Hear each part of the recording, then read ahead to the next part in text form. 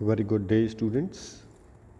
So in the previous lecture, we had talked about the structure of the mammalian kidney, about the nephron, about the structure of the nephron, and something about the blood circulatory system in the case of a kidney. So we had talked about the vasa recta, we had talked about the DCT and PCT and their capillary networks. We had talked about the collecting tubule. So after that, now we are to a topic which is very, very important as per your examinations are concerned, and this is about the urine formation, or you can say the physiology of the kidney or the physiology of a nephron, that how it works and how the urine is formed inside a particular nephron.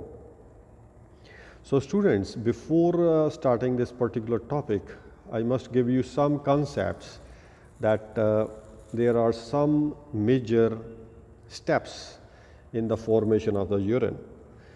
The very first step is the ultrafiltration.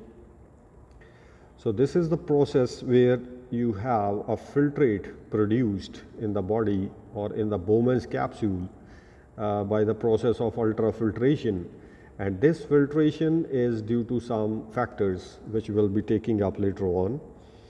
The second part is the absorption. So there can be a kind of reabsorption kind of a thing. So if there is something which is good for the body or it is beneficial for the body, it will be reabsorbed back into the capillaries, into the blood via a process which is called as reabsorption. So this is a second step that we will take in the urine formation. So first is the ultrafiltration, second part is the reabsorption. Now third part is called as the synthesis part, and the fourth part, it is the secretion path. So these are the major four steps in the formation of the urine. Now after these four steps, now we have the final urine, which is found in the pelvis region of the kidney, and that will enter the ureter, and ultimately it will go to the bladder of that particular animal. So this urine is you can say stored for some time in your bladder, and then it is discharged out through the urethra. Now students, now we are talking about that what is the actual mechanism of urine formation in the nephron. This particular diagram is showing you Bowman's capsule and the glomerulus. Now this is a very, very important diagram as per the filtration process is concerned. Now where the filtration occurs, so this is the first main thing. Now first of all, what is the mechanism behind this filtration? So this should be very clear to you. So students, here you can very well see this is the afferent arteriole from which the blood is coming towards this glomerulus. So it is entering into the capillaries of the glomerulus, and after going through the capillaries, it is going into the efferent arteriole and it is leaving the glomerulus. Now it will go further to the vasa recta. So that we have discussed in the previous section. So now if the blood is coming to say the glomerulus and it is from the afferent arteriole, the diameter, now this is a very important thing to note, the diameter of the afferent arteriole is more than the efferent arteriole. So you can draw it thinner as compared to the afferent arteriole. When the efferent arteriole is thin, what will happen? There will be an exertion of pressure in this part of the glomerulus. So if more of the blood is entering from the afferent arteriole with a, you can say, higher diameter, and less of the blood is going out because of less diameter of efferent arteriole. So there is a pressure built in this glomerulus from which the filtrate will be filtered out. So this is a kind of pressure building mechanism in each and every nephron of the kidneys. So you have a bigger diameter of afferent arterioles than the efferent ones, and this is making a pressure in the glomerulus for ultrafiltration. So students, this is you can say the mechanism of pressure building. Now the initial stage of you can say the filtration of plasma and the accumulation of the ultrafiltrate in the lumen of the Bowman's capsule is called as the Bowman's filtration or glomerular filtration. So what will happen that the constituents from the blood, they will be coming into the Bowman's capsule just like this. So this is the lumen of the Bowman's capsule, and this is the open space where the filtrate will come, and this is the process of ultrafiltration. So the things, the compounds are coming from the blood into the lumen of the Bowman's capsule, and this is called as the glomerular filtration or ultrafiltration. This is the very first step in urine formation. So the glomerular filtrate, which is present in the Bowman's capsule now, it contains all the constituents of the blood except for the blood cells and the proteins. So that means the blood will have the proteins and the blood cells in the glomerulus, and everything will be filtered out in the Bowman capsule, but it will be lacking the blood cells and the proteins.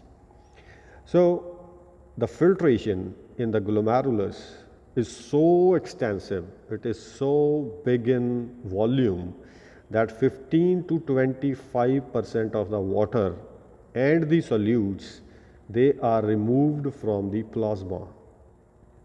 That means if suppose 100 ml of blood is coming into this afferent arteriole, 25% will be taken into the filtrate and only 75% will be going out.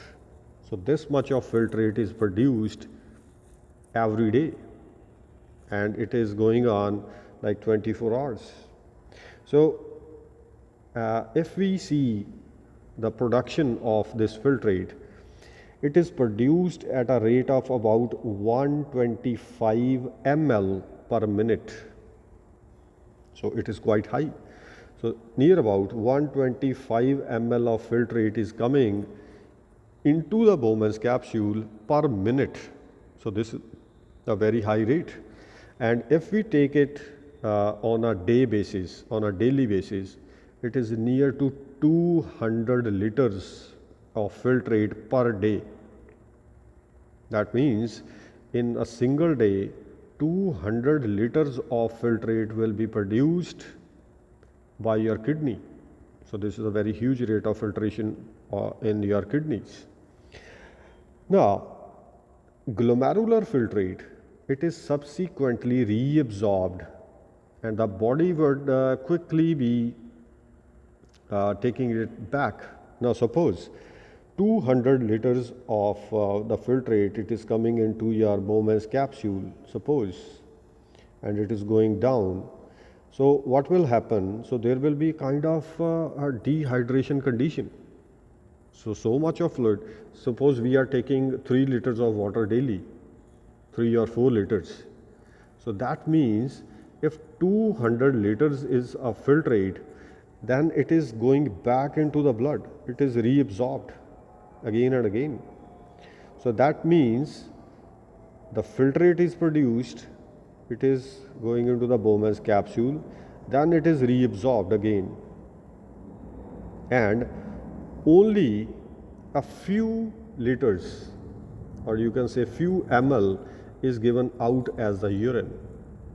So this is the whole mechanism. So the process of filtration in this particular structure, it depends upon three basic factors. So these are very important factors, and you should note it in your copy, and this is a very, very important part in ultrafiltration. So students, the very first factor is called as the net hydrostatic pressure. So this is a very, very important thing. So this hydrostatic pressure, or you can say the difference between the lumen of the capillary and the Bowman's capsule, it favors the filtration. So this is the pressure difference between the glomerulus and the Bowman's capsule, and this difference is making the whole ultrafiltration process going on. If we go for the second factor, this is called as the colloid osmotic pressure. It is the colloidal osmotic pressure, and it is opposing the filtration process. So I'll be taking up one by one. And the third factor, it is called as the hydraulic permeability pressure. So this pressure is also making a difference for ultrafiltration. So if we go for all these factors into account in this particular structure, so first of all, I will like to give you the concept of the capillary pressure. Now students, note in your copy, this is the pressure in the afferent arteriole, and this is 50 torrs. And if you take the unit of the pressure over here, it is torr, T-O-R-R. So this pressure is near to 50, and it is positive torr. So I will be writing positive 50 torr. So this is the capillary pressure which is going in towards the glomerulus. Now students, the second factor which was present for the pressure building, that was the osmotic, the colloid osmotic pressure. And this is present in the, you can say, the glomerulus. And this is operating at this level. And this is, if you see the value of the osmotic pressure, this is minus 30 torrs. So this is the second factor, and it is in minus. Now if we go for the third factor, it is the hydrostatic permeability pressure, and it is also called as the hydrostatic back pressure. So it is operating at the Bowman's capsule level. So what it will do, it will make a back pressure towards the glomerulus. So again, it will be negative in the magnitude. So it is negative 1.5 torrs. So students, if we take up all the three factors, we have a plus 50 torr pressure, and this is the capillary pressure, or you can say the net pressure or the hydrostatic pressure of the blood. If we go for the second, it is the colloidal osmotic pressure, and it is minus 30 torrs. If we go for the third factor, it is the hydrostatic back pressure, and this is the minus 15 torrs. So what is left now? If we take the net force of filtration or the net filtration pressure in this particular structure, it is coming out to be plus 5 torrs only. It is only 5 torrs. And this is the pressure which is exerted onto this particular Bowman's capsule, you can say. So with this plus 5 torrs pressure, the filtration is occurring in this particular structure. So this is the difference which is exerting the pressure for ultrafiltration. So now the filtrate will be coming in due to +5 torr pressure difference. So students, if you give all the concepts of these three kinds of pressures, you can give the whole concept of the ultrafiltration. So this is the net filtration pressure in the nephron, which is responsible for the whole ultrafiltration process, which can make 200 liters of filtrate per day. So that was about the ultrafiltration process. Now if we go further, the filtration process in the kidney is entirely passive in nature. So it depends only on the hydrostatic pressure that derives the energy from the contraction of the heart. So that means if you have more of the blood pressure, the filtration pressure may increase to some extent. And if you have the vice versa condition, if you have low of the blood pressure, this filtration will be less. So it is entirely a passive kind of process. Now students, if we go further, then the hydrostatic properties of the glomerular apparatus, it depends upon some sieve-like properties of the filtration slits. So here you can very well see we have the capillaries showing the pores, and these are the podocytes, and these are very important cells of the Bowman's capsule side, which have got the filtration slits. So the podocytes, they have got the filtration slits.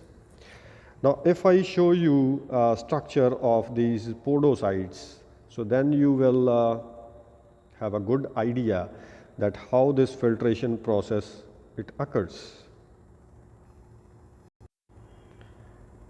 Now students, the filtration it takes place through the 3 layers of the renal corpuscle. I am taking up the very first layer. So this is the endothelium of the blood capillary. So here you can see this is the first layer, which is the endothelium of the blood capillary. So this is the capillary of the glomerulus. So this is a very thin and perforated kind of endothelium. So it has got thousands of pores, and here you can very well see that these are the pores in the endothelium of the blood capillary. And if we go for this pore size, it is near about 10 nanometers in size. So it is very, very small. And they occupy near about 30% of the area of the wall. So these pores are numerous. They are taking up 30% of the surface area of the endothelium. Rest of the 70% is, you can say, not helping in the filtration process. But 30% is for the filtration through these pores. Now the pores, they are not making any kind of barrier to the plasma proteins because they are quite large as compared to the size of the proteins. So even the plasma proteins, they can go beyond these pores. Now that was the first part out of the 3 layers through which the filtration occurs. So first was the endothelium of the blood capillary. Now if I go for the second part, this is the basement membrane of the blood capillaries. So students, if I go for the basement membrane part, so if you see the capillary endothelium, it is resting upon the basement membrane of the glomerular capillary. So here you can very well see that this is the membrane on which it is resting. So it is in the intimate contact of the endothelium of the glomerulus. So this is the second part.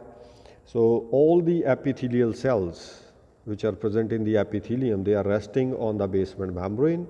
So it is consisting of again a meshwork of some kind of fibers, which are including some collagen also. So it is consisting of collagen fibers.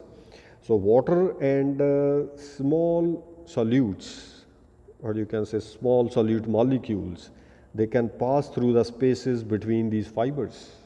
So again, this is a kind of filtration mesh which is present in between the epithelium and the filtration slits. So students, the red blood cells or the RBCs and platelets, they are again too large to pass these filtration slits. The pores in the wall of epithelium and the basement membrane mesh, they cannot pass these things. So they will not be coming into the filtrate. Now students, if I go for the third part of these three layers, this is the epithelium of the renal capsule. So if we go for the epithelium of the renal capsule, it is made up of cells which are highly modified, and they are called as the podocytes. Now here you can very well see this is a podocyte. Podo refers to the feet and cyte means the cell. So this is a fimbricated kind of a cell which is having various Paddy cells. So if you see this single structure, this is a Paddy cell. We have this Paddy cell, this is another Paddy cell, this is another Paddy cell, and these are the parts of this podocyte. And podocyte is a single cell, and this is of the epithelium of the Bowman's capsule.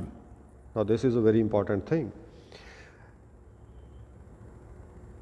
If I go further, they fit together. Now, how they fit together, that each of the cell, it has got many foot-like extensions projecting on its surface. So they are called as Paddy cells. So the extensions, they interlink with the extensions of the neighboring cells, and they fit together, leaving some slits in between, and they are called as the filtration slits. So here you can find the filtration slits. So this is the area where you can find these filtration slits. Now these slits, they are near to 25 nanometer wide. So if we take the pores into account, they were near about to 10 nanometers in size, and if we go for these filtration slits, these are near to 25 nanometers wide. So the filtered fluid, it can pass through these slits very easily, and the filtration, how it is occurring, that the blood will flow through this capillary, it will be coming out from this capillary just like this.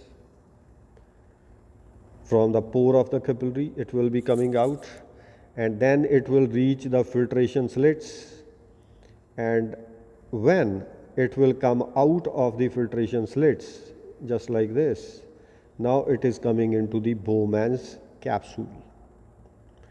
As this capillary is a part of the glomerulus, now it is coming into the Bowman's capsule over here, and this is the filtered out filtrate, and this filtration, this particular filtration is occurring with +5 torr pressure.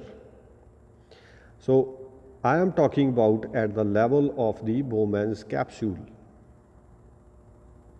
So I hope you have understood the three layers of the, you can say, the filtration. So first was the endothelium of blood capillary, second was the basement membrane of the blood capillary, and third is the epithelium of the renal corpuscle, which is making the podocytes and the Paddy cells. So out of these three membranes, now our filtrate has came to the lumen of the Bowman's capsule. Now after this filtration, if I go back to the first diagram, then we had talked about this particular part. So here you can see the podocytes with the Paddy cells, and here are the filtration slits. That was the capillary which was in connection with these podocytes. So here we have seen the capillary showing the pores which were 10 nanometer in size. So out of this particular structure, what has happened that we have the filtrate now after filtration in the Bowman's capsule. Now this is with 5 torr pressure. So now students, this particular mechanism is called as the ultrafiltration process. Now about 20% of the plasma is filtered into the capsule of the Bowman's out of these 3 layers, and the filtered fluid which is now present in the Bowman's capsule, it is now called as the glomerular filtrate. Now it is called as the glomerular filtrate, GF. Now this is present in the Bowman's capsule. Now students, we have the concept of the second part which is called as the reabsorption part. Now this is the second step of the urine formation. Now this is it is an important example of the tubular reabsorption if we go for the reabsorption of the glucose. First of all, before going into reabsorption, the second part, I must talk something about the absorption of the glucose. Now if we go for a healthy mammal or a healthy human, it exhibits glucose reabsorption of you can say 100%. If some of the glucose is filtered into the Bowman's capsule over here, it is 100% reabsorbed from the PCT and the other parts of the nephron. So if it is coming like more into the filtrate, it is taken out more. But the maximum, you can say, the maximum reabsorption magnitude of the kidney is near to 375 milligrams per minute. And this is called as the transfer maximum point. Now, if 375 milligram of glucose is coming into the filtrate, suppose, it will be taken out or it will be reabsorbed back at the rate of 375 milligram per minute, I am saying, in humans. So if we take our case, it is 375 as the maximum glucose transfer rate. It is called as the TM, and it is also called as transfer maximum. So this is the transfer maximum rate, and it is 375. Now suppose more of the glucose is coming into the lumen, it is filtered out because we are taking very high sugary contents in our food. We have lots of glucose. Now what will happen? 375 will be reabsorbed up to 375 milligram. But if more of the glucose is present in the Bowman's capsule, suppose it is 50, which is remaining after 375, it will be going into the urine. It will be given out in the urine and it will be filtered out of this nephron and it will not be reabsorbed. So this is a concept of the transfer maximum of glucose. So students, I have a particular chart for this particular phenomenon. If you see this particular chart, it will give you the transfer maximum of the glucose, and it is 375 milligrams per minute.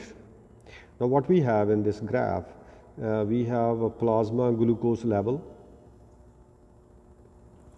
and this is the glucose, you can say the reabsorption of the glucose on this axis. Now here you can see that if you have, suppose 200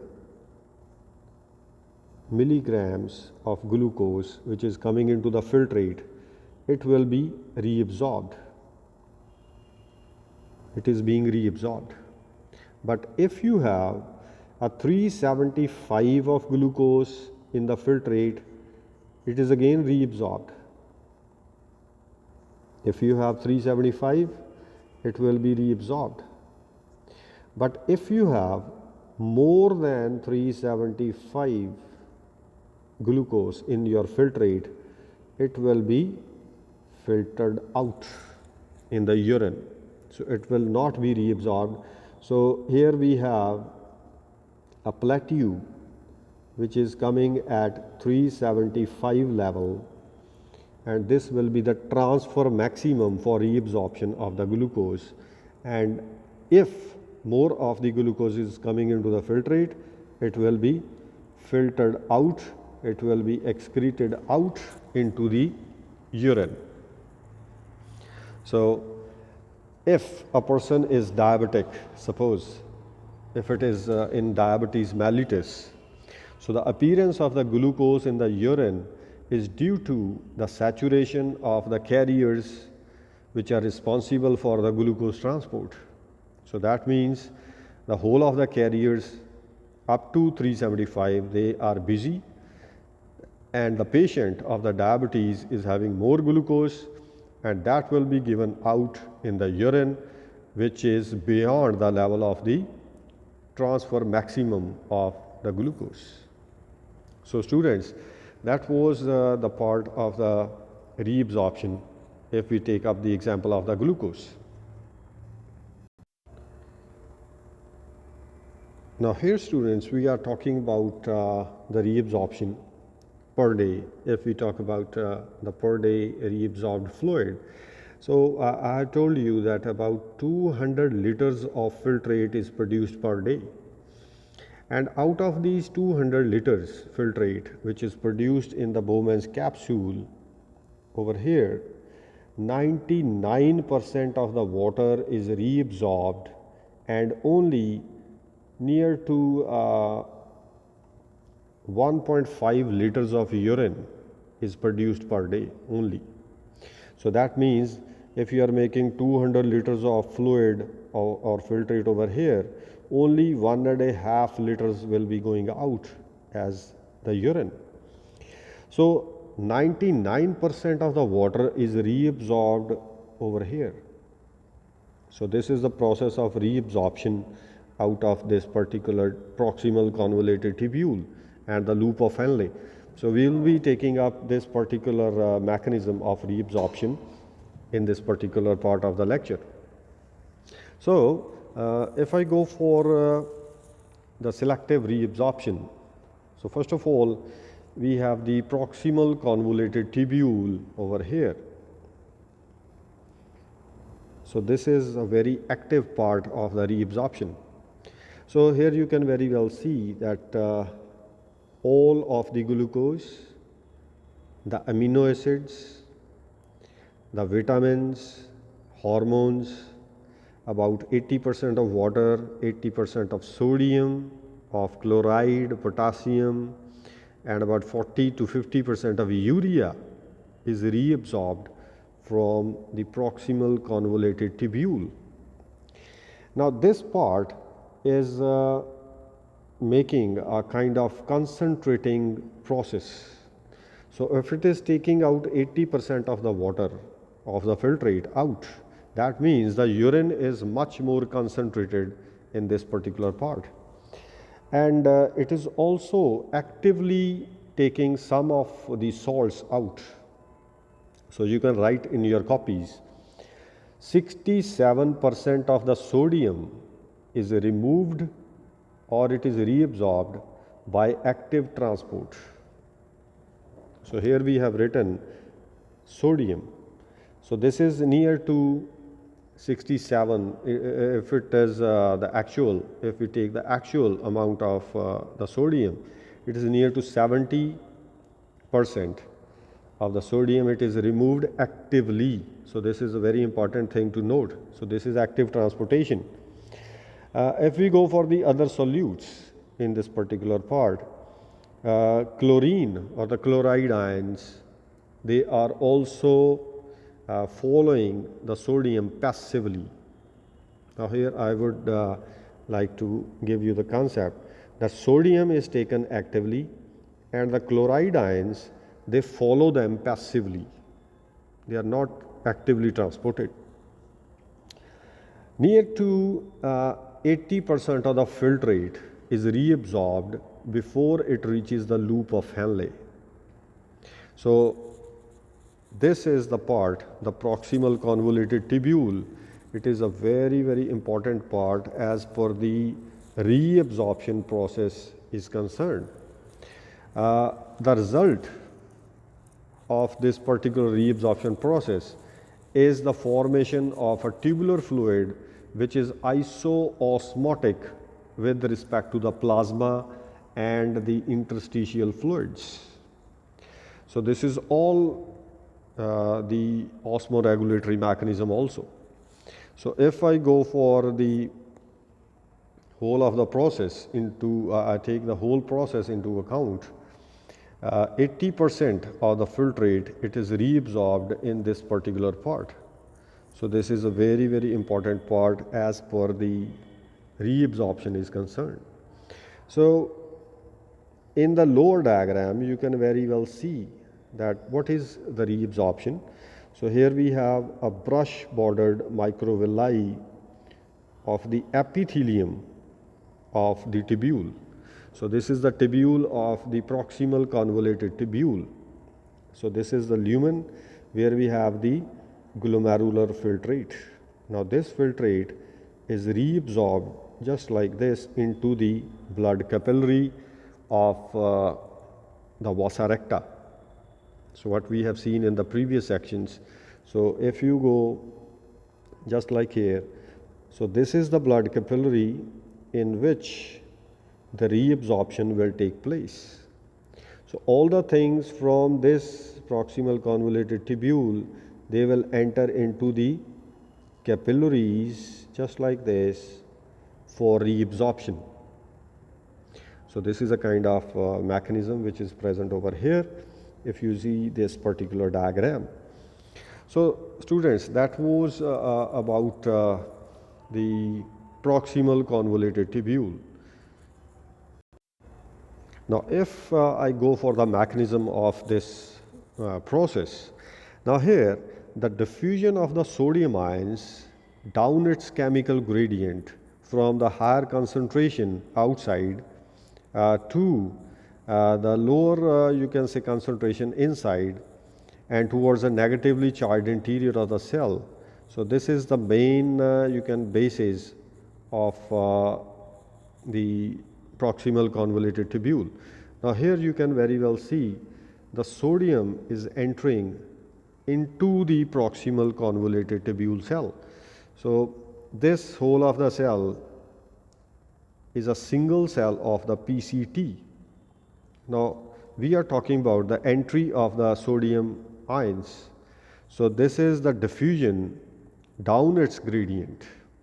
So here what we have, that we have a sodium and a glucose which are coming towards the inside of the cell. So we have the sodium inside, we have the glucose inside this particular cell. Now this sodium, it is entering through the ionic channels. So these are the ionic channels. Now here we have the sodium potassium pumps.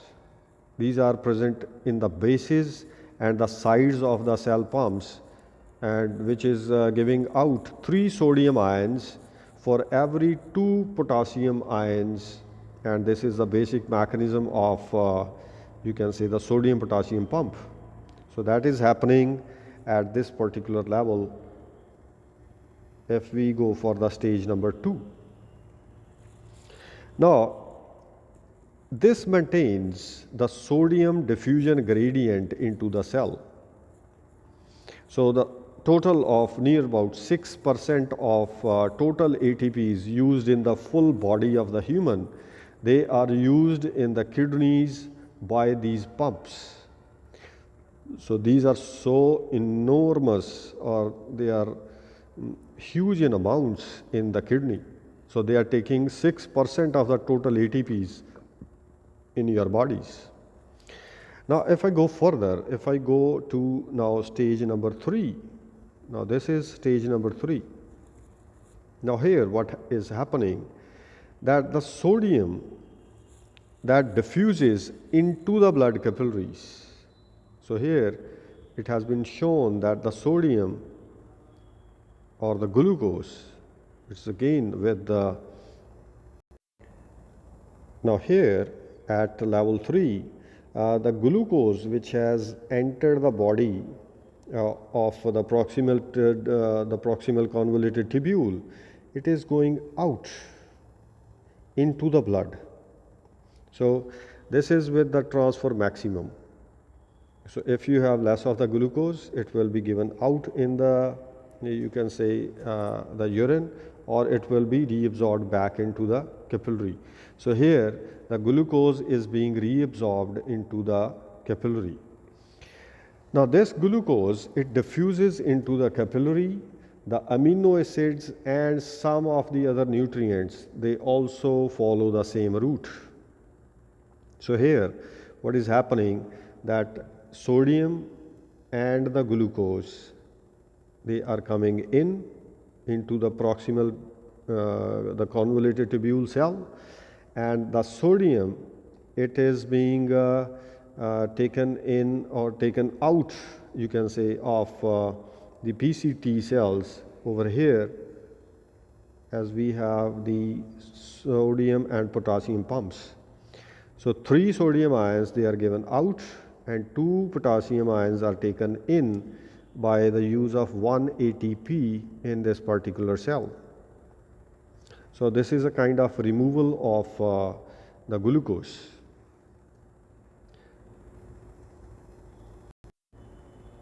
So this particular diagram is showing you the selective reabsorption of sodium in the proximal convoluted tubule.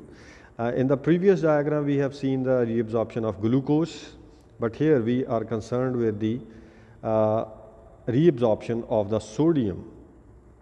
Now here what happens, that the diffusion of the sodium, it happens into the proximal convoluted tubule cell. So this is the step number 1, that sodium will be coming in passively into the cell. Now number 2 stage is the giving out of the sodium ions into the blood. So as we have seen in the previous slide, we have a sodium potassium pump which is acting over here. So what we have is 3 sodium ions, they are giving out of the cell, and the cell is taking 2 potassium ions in lieu of the 3 sodium ions. So after this stage number 2, we have a third stage. Now here the sodium which has been given out over here, it is diffusing into the blood capillary from the spaces around the tubule cells. So ultimately this sodium will be entering into the blood. At 4th step, if we go for the 4th step, the potassium, it is diffusing back into the cell passively through the potassium ion channels. So what is happening, that at level 2, if I go back at level 2, what was happening, that potassium was coming towards the inside, and that was an active transport. Now here this potassium is going back out because it is following the sodium. So it is going back, and it is again going into the blood. At number 5th level, if we go for this 5th level, what is happening? That I have told you many times previously that water, it always follows the salts. So if sodium is coming in, the water will also be coming towards inside. So if you have more of the sodium, more of the salt you have taken, more of the water will enter into that particular fluid. So if the sodium has entered into PCT cell, now the water has also entered this PCT cell.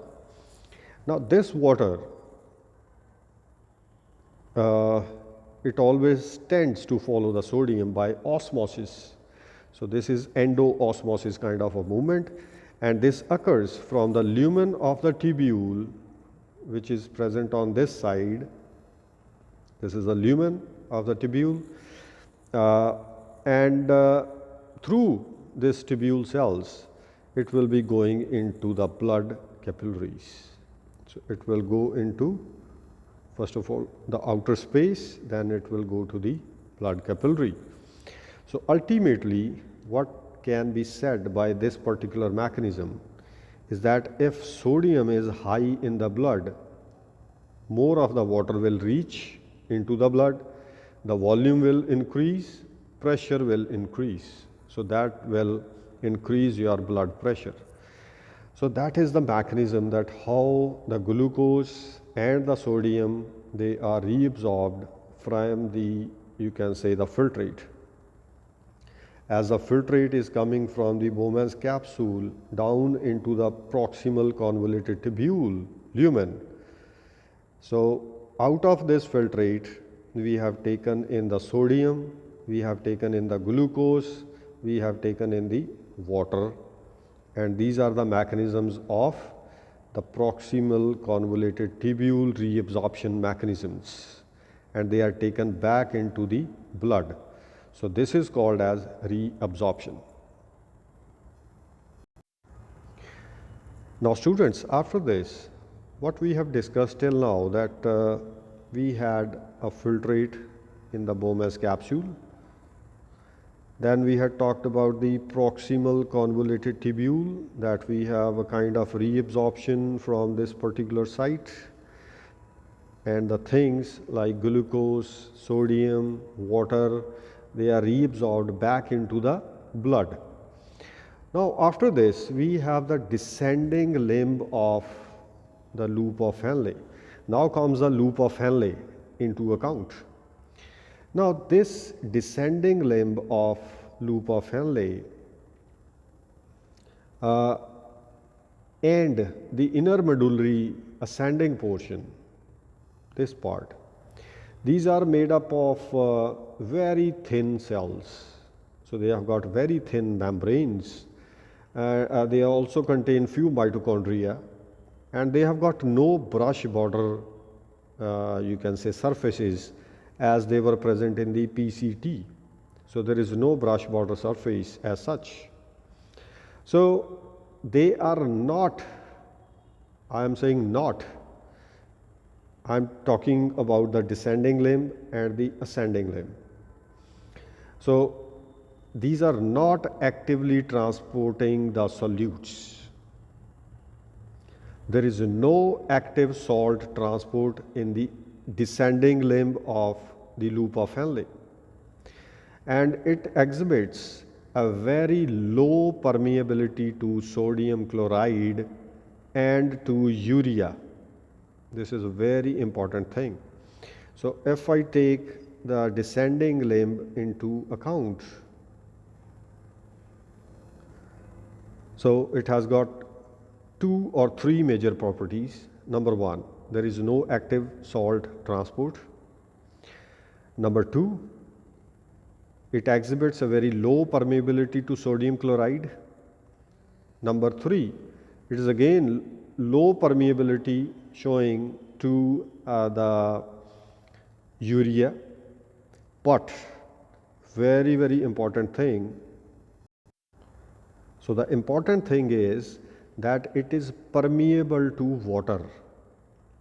and this differential permeability plays an important role in the urine concentrating mechanism of the nephron.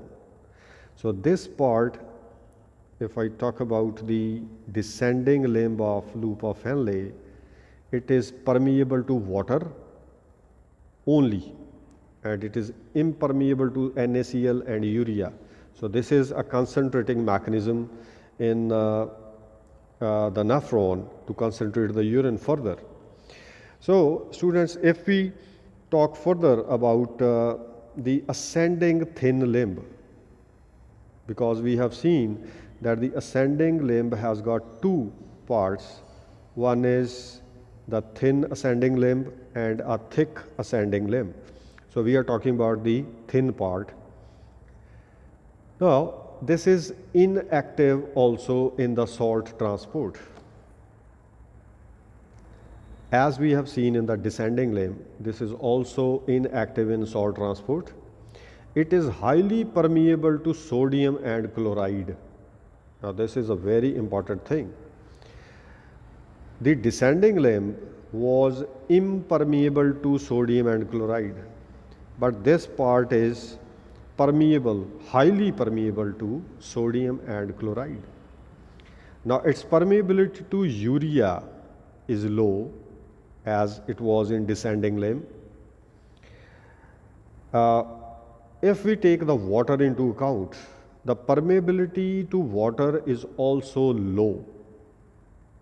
So, the permeability of water was high in the descending limb, but it is low at the ascending limb.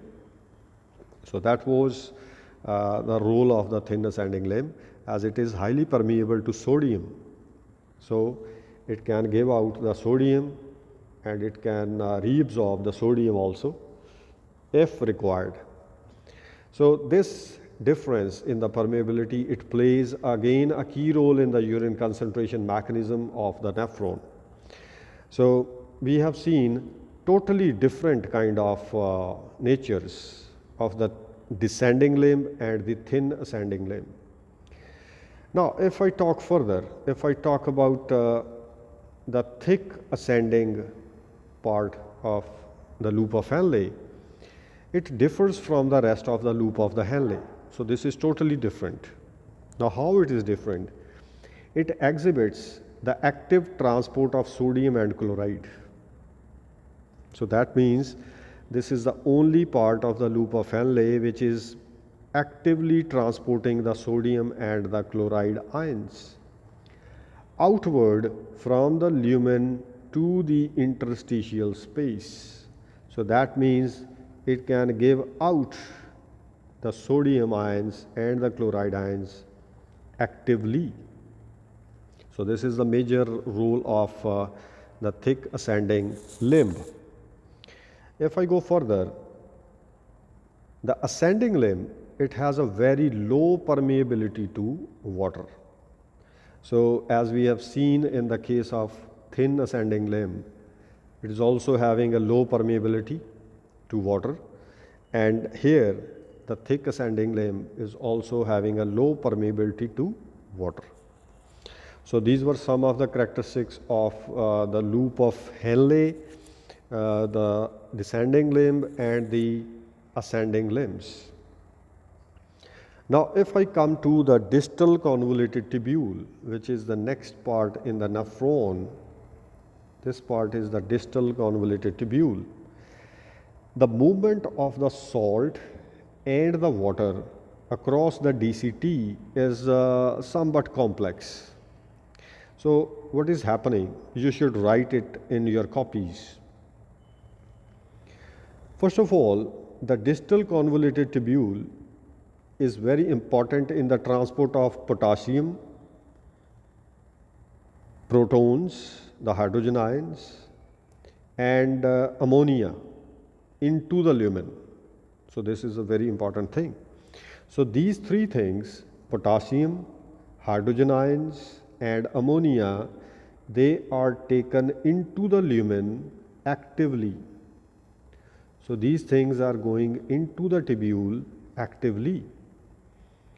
Whereas some of the sodium ions, the chloride ions, and the you can say HCO3 ions, the carbonate ions, you can say bicarbonate ions, they are given out of the lumen. So I will be repeating the things. Potassium, hydrogen and ammonia, they are given into the lumen actively. Sodium, chloride and the bicarbonate ions, they are given out of the lumen actively. Now, as the salts, they are pumped out of the tubule, the water follows passively. So that means the water will go out of the tubule. So that means the urine is further concentrated in the distal convoluted tubule. So here we have an endocrine control also. So we have a hormone which is called as aldosterone. So that is acting on the DCT for the removal of the water.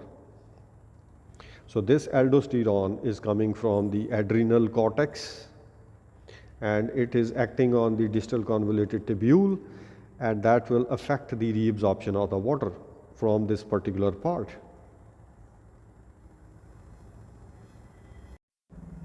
Now students, talking more about you can say the distal convoluted tubule, we have got a hormone called as the antidiuretic hormone.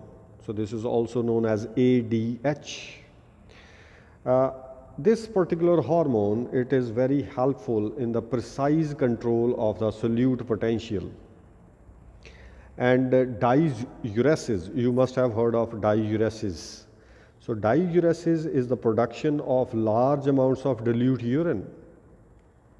So antidiuresis is therefore will be the opposite of it. So if you are producing less of the urine, it is antidiuresis.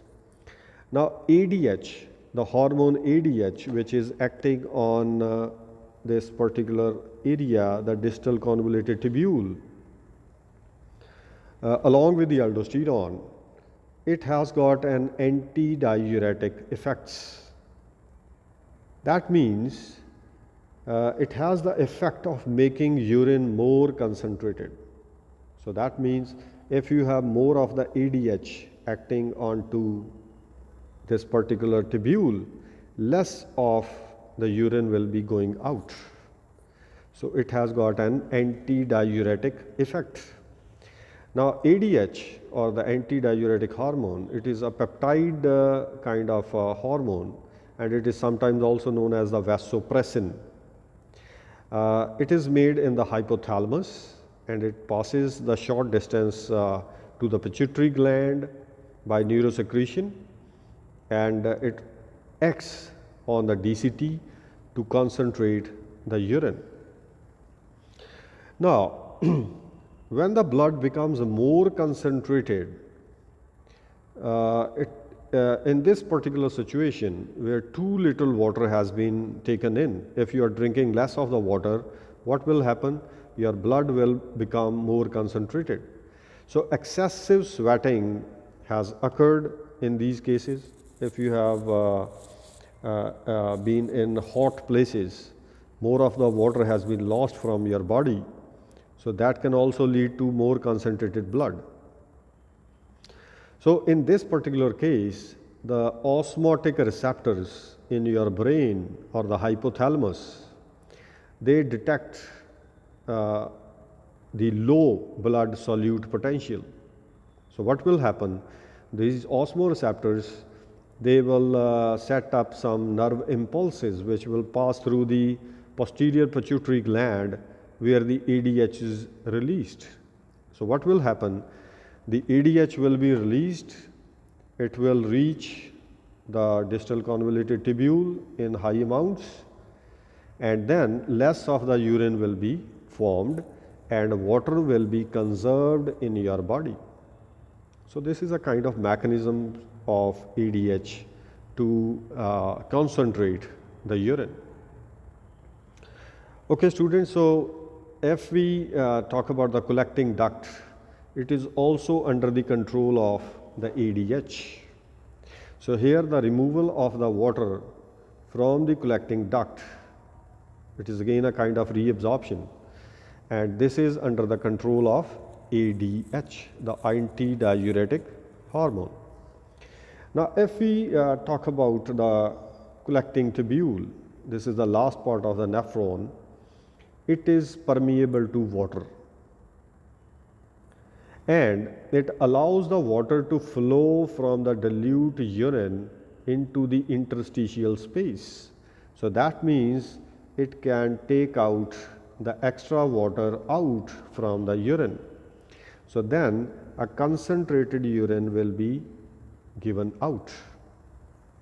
Now, this is the final step in the production of a hyperosmotic urine or a concentrated urine. The active transport of sodium that also happens in this particular part. So here, if I go with the sodium ion, these are pumped out actively. So that is active transport. Otherwise, this collecting duct is impermeable to other of the salts. So here, some of the urea is also taken out. So because no other salt is taken out, it is given into the urine, only the sodium is reabsorbed actively. So more of the salts can be given out in the urine. So that will more concentrate the urine at the very end. So the inner medullary segment of the collecting tubule, it is highly permeable to the urea. So if I take the last part of, you can say, the collecting duct, it is highly permeable to urea.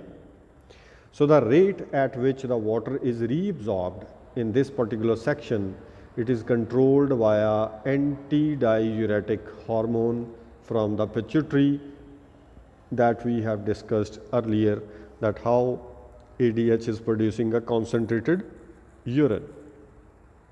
So students, in this particular lecture, that was all about the, you can say, the reabsorption process, and this is the process which is going on in the nephron. So in the next lecture, we'll be taking up the tubular secretion part and the rest of the things, or the secretion path in the urine formation. So in this particular lecture, I'll be, if I comprise this whole of the topic, so what we had started with the process of ultrafiltration in this particular part. We had talked about the three factors which are involved in this ultrafiltration. Ultimately, the filtrate is produced in the Bowman's capsule. Now we have the proximal convoluted tubule, which is reabsorbing all the materials or the required materials by the body. Then we have the descending, thin ascending and thick ascending limb of loop of Henle. Then we had talked about the distal convoluted tubule, the aldosterone, and then we have the collecting duct with the control of ADH. So this comprises the nephron as a whole, but we have two stages left, which is the tubular secretion and the, you can say, the next part of the secretion of this potassium. So we have some other topics too, so that will be taken in the later lectures. So thanks for now.